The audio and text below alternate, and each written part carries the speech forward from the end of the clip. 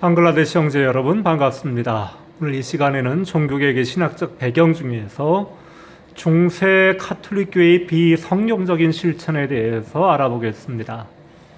중세 카톨릭 교회는 성자를 숭배했습니다. 세인츠, 성인 숭배를 했습니다. 하나님은 예배하고 마리아는 최고의 숭배하며 성인들을 숭배했습니다. 악마와 위험으로부터 구해주기를 바라는 기도를 드렸습니다. 또 성모 마리아를 숭배해서 성자, 성인의 최상위에 성모 마리아를 두었지요. 431년 에베소 공의회에서 마리아를 신의 어머니로 확정하여 섬기게 되었고 그리스도의 신에게 가까이 갈 수 있는 중보자로 생각을 했습니다. 또 성물을 숭배해서 십자가에 처형시 사용한 목과 채찍이라든지 그리스도가 찔린 창이라든지 최후의 만찬에 사용된 잔등과 같은 이런 성물들을 숭배했습니다. 또 선행의 공덕을 통해서 회개를 위해서 선행을 행하는 사람은 그만큼 더 죄삼을 받는다라고 가르쳤지요. 그래서 1595년에 우르바노스 2세는 십자군 종사자들의 죄를 사면했고 그레고리 6세는 로마 교회 수리비 헌금을 내면 면제를 해주겠다 했고 레오 10세는 베드로 성당 건축을 위해 면제부를 판매했던 것입니다. 그래서 중세 교회는 공로의 보화라고 하는 사상을 가지고 있었습니다.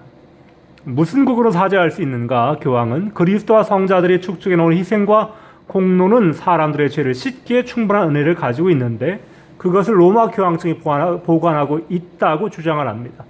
교황이 교회에 쌓인 공로를 신자들에게 나눠줄 수 있다. 이렇게 해서 면제부 판매의 근거가 됩니다.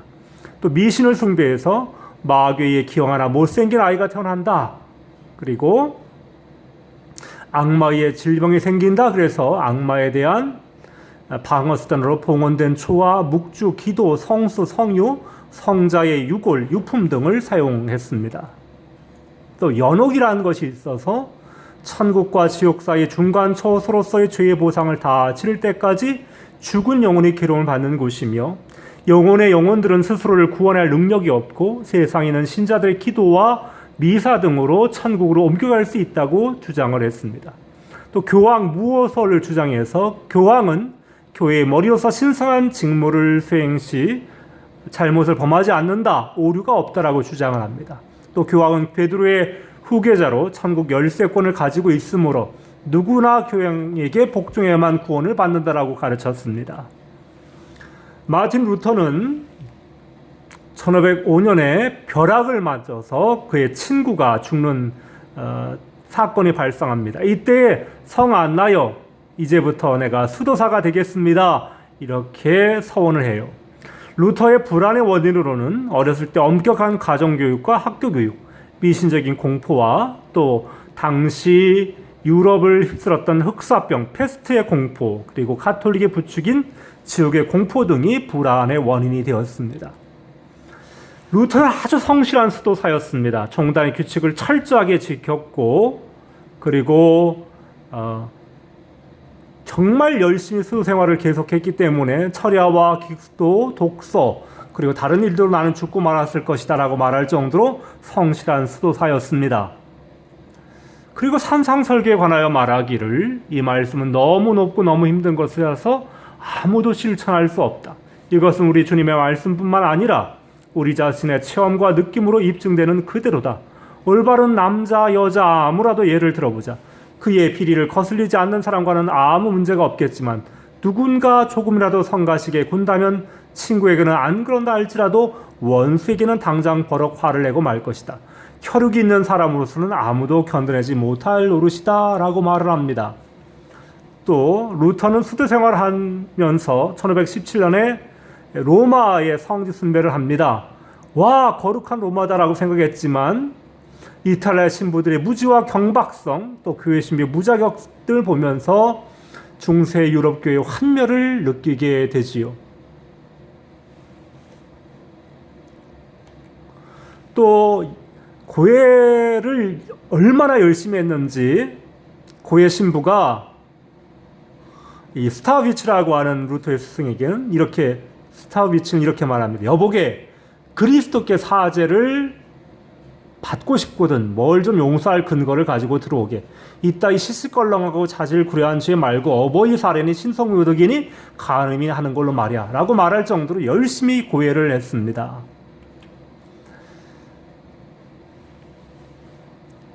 그러나 고해가 인간의 죄를 일일이 결고하고 고백하고 사죄를 받는 어떤 특별한 제목보다 근본적으로는 잘못된 것은 인간의 본성 자체라는 것을 깨닫지요.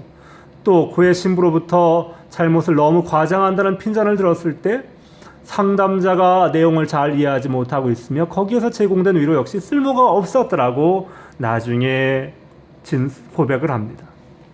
또 하나님에 대한 것들에 대해서 이렇게 얘기하죠. 하나님이 변덕을 부리면서 인간을 내팽개치고 강팍하게 하며 저주한다는 것은 우리의 타고난 이성에 반대되는 이야기 아닌가. 그건 마치 그처럼 자비롭고 선하다고 이야기되는 분이 비참한 자의 죄와 고문을 두고 영원히 희희낙낙거린다는 이야기와 다름없지 않은가. 이건 말도 안 되는 소리이며 잔인하며 하나님께 용납할 수 없는 소리다. 이것 때문에 모든 세계에 걸쳐 상심한 사람이 얼마나 많았는지 모른다. 그렇지 않을 사람이 어디 있겠는가. 나 자신도 몇 번이나 이 절망의 심연에 들어가서 차라리 태어나지 않았더라면 좋았을 걸 하고 탄식했는지 모른다. 하나님을 사랑하라고 난 그분을 증오했던 사람이다. 이렇게 말을 하죠. 그런데 루터가 복음을 발견합니다. 이것이 놀라운 사건인 거예요. 형제 여러분, 루터가 어떻게 복음을 발견했는지를 잘 보세요. 루터는 수타우비치의 권면으로 성경 교수 자리를 물려받아 성경을 강의하기 시작을 합니다.